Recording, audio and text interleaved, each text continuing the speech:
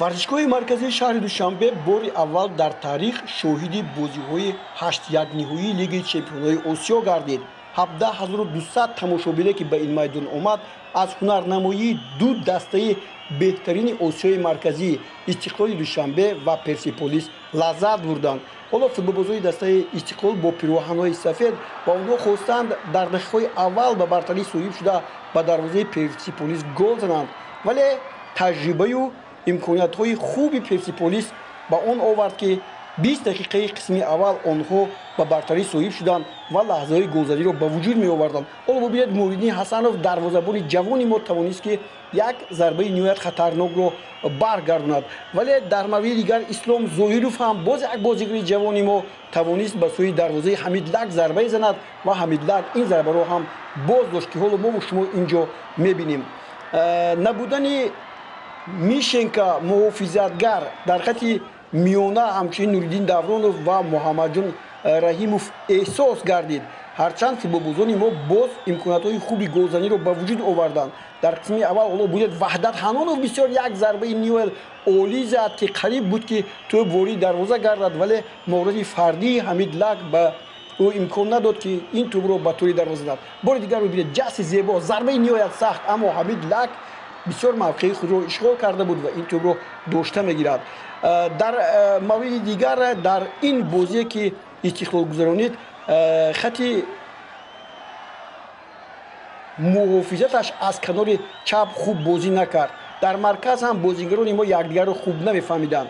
Виталий Левченко умед дошт ки дар ин вохӯрӣ бозигароне ки ӯ ба майдон овард ҳама супоришҳое ки ӯ додааст иҷро мекунанд, вале дар аҳёнан ҳоло бубинед инҷо қариб Умед Алишов буд ки тӯбро вории тӯри дарвоза кунад ва футболбозони дастаи Персеполис бисёр моҳорати хуб нишон медоданд. Боз як ҳуҷуми дастаи Истиқлол дар нимаи аввал, боз ҳоло Ислом Зоҳиров боз ба сӯи Алишер бо Алишер бозӣ мекунад ва ин ҷо Аҳтам Назаров боз як партофти дигар ва боз бубинед муҳофизатгарон чӣ гуна пеши роҳи ҳамлагари моро мегиранд. Бисёр вазъиятҳои хавфнокро онҳо бартараф мекарданд. Ин зарбаи охирин буд дар қисми аввал ки ҳоло Манучер Сафаров ба сӯи дарвоза зад ва қисми аввал ҳам ба поён расид. 5 зарбаи мо ва 4 зарбаи футболбозони Персеполис ба қайд гирифта шуд. Бори дигар Ларин моҳирона бозӣ мекунад ва ин тӯбро бармегирад. ҳоло бубинед ин ҳолат чӣ гуна буд. Ин тӯби партофта шуда зарба рост ба дарвозаи холӣ мерафт, вале Ларин ин тӯбро зада аз майдон берун кард. ин ҷо ҳоло дақиқаи 90-уми охир Маҳдӣ Туробӣ хеле моҳирона тӯбро хост ба ҳамдастрояш партояд, аммо тӯб вории тӯри дарвоза гардид. тӯби ғофилгир дастаи Персеполисро ба сафи пеш баровард ва Маҳдии Торимӣ ҳам хуб кор кард. Аммо ин аз куҷо шурӯъ шуд ин зарба? Ин ҷо Мабадчоев ба майдон ба ҷои Аҳтам Назаров омада буд, ба ҷои муҳофизатгар ӯ хато кард, зуд тӯбро ба бозӣ дароварданд бозигарони дастаи Персеполис ва тавонистанд ки ин Ризо Асадӣ буд аз ҳама гузашт, тӯбро ба Туробӣ расонд. Туробӣ бошад ҳоло бубинед ӯ зарба ба сӯи дарвоза намезанад, ӯ тӯбро ба майдони назди дарвоза ҳамон мечад, аммо ин партофташ бисёр ҳам хатарнок буд ва аз болои сари дарвозабони ҷавони мо Муҳиддин Ҳасанов вории тӯри дарвоза гардид.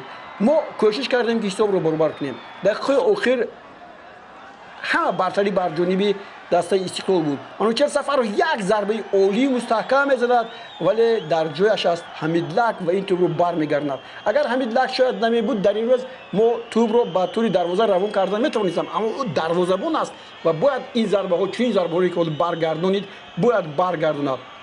охирин зарбаи кунҷӣ аст ва футболбозони мо ҳамагӣ дар майдони назди дарвоза қарор доранд ва зарба зада мешавад ва қоматбаланд он муҳофизатгароне ки дар қисми дифоъ бозӣ мекунанд хуб кор карданд ва як гузариш ҳам буд инҷо аз ҷониби дигар бозигарон, вале дар мавриди охир Амирбек Ҷӯрабоев ин тӯбро гирифт. Ба ҳар нав хати миёнаи мо бо ҳамдигар хуб кор карда натавонистанд.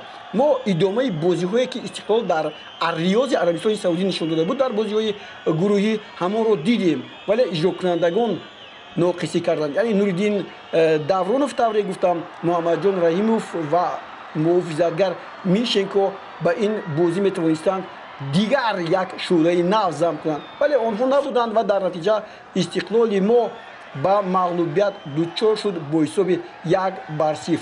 این باخت برای مخلصان سخت نرسید، گویم همه خطا نمیکنیم، چون که دیرباز آنها در ورزشگاه باقی موندند و با سخنان آفرین استقلال فوتبالبازان را تسکین دادند. اگر گویم لفچنکو در دقیقه‌های آخر به جای احتم نظرов به میدان مابچویف را نمیبرآورد و کسی دیگر هم شاید نبود که او به میدان برآورد، میخواست که قسم‌های اساسی به انجام رسند و در قسم‌های ایلوگی الکی ترتیب بازی رو دیگر کند، اما به مراد نرسید و بازی در دقیقه آخر با گل زده مهدی ترابی به پایان رسید.